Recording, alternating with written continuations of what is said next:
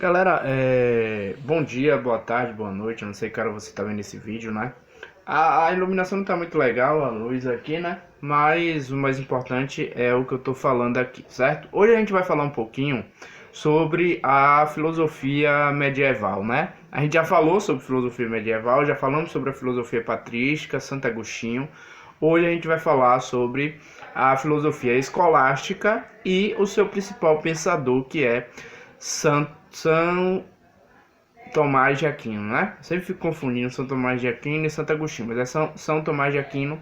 A gente vai falar um cara muito importante para a Idade Média, um cara muito importante para a filosofia, para o pensamento medieval, para o período medieval. Ele é referência, né? Até muito mais do que Santo Agostinho, que também foi muito importante, mas São Tomás de Aquino ele vai ser o chamado conselheiro dos conselheiros, né?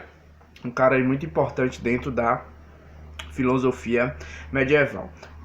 Dentro dessa filosofia medieval, que inclusive a filosofia patrística ela se inicia um pouquinho antes da Idade Média, né?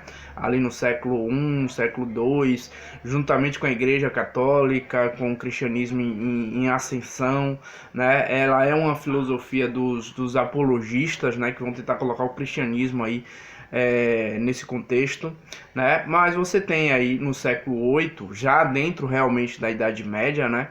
Você tem a filosofia escolástica surgindo, né? E qual é o contexto em que essa filosofia surge? Essa filosofia ela vai surgir num contexto ali do Renascimento carolíngio, né? A gente já viu os francos aqui em aulas de história. Falamos sobre os francos, falamos da importância dos francos para o cristianismo, inclusive, né? Aquela aliança entre Clovis e a igreja foi muito importante para a igreja e para o cristianismo. Ter um povo bárbaro, né? Assim como eram os romanos chamavam quem não era romano, né? Ter um povo bárbaro como cristão era muito importante para a igreja, né? E você vai ter a principal dinastia dos francos foi a dinastia carolíngia, né? A dinastia ali que surgiu com Pepino o Breve, o pai de Carlos Magno, mas que teve o seu auge com Carlos Magno, né? Carlos Magno foi realmente o auge do Império Carolíngio, foi o auge do Império Franco, né? Porque ele vai expandir bastante território, além de investir em administração e principalmente em educação. É aí que vão surgir a ideia de trazer novamente as ideias greco-romanas, né?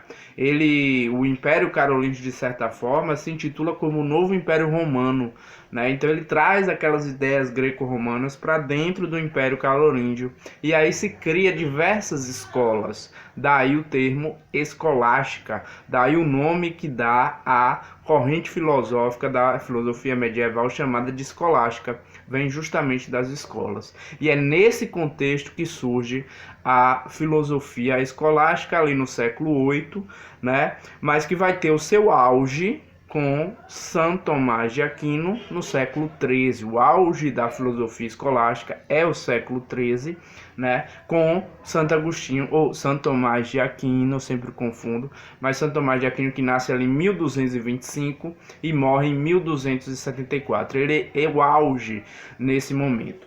Outra coisa importante, né? A aliança entre Santo Agostinho e a questão de Aristóteles, né?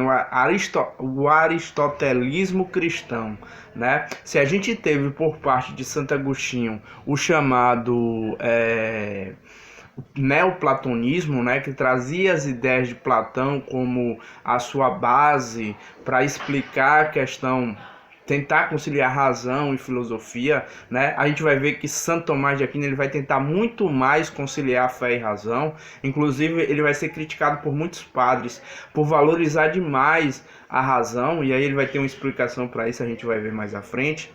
Mas quando surge né,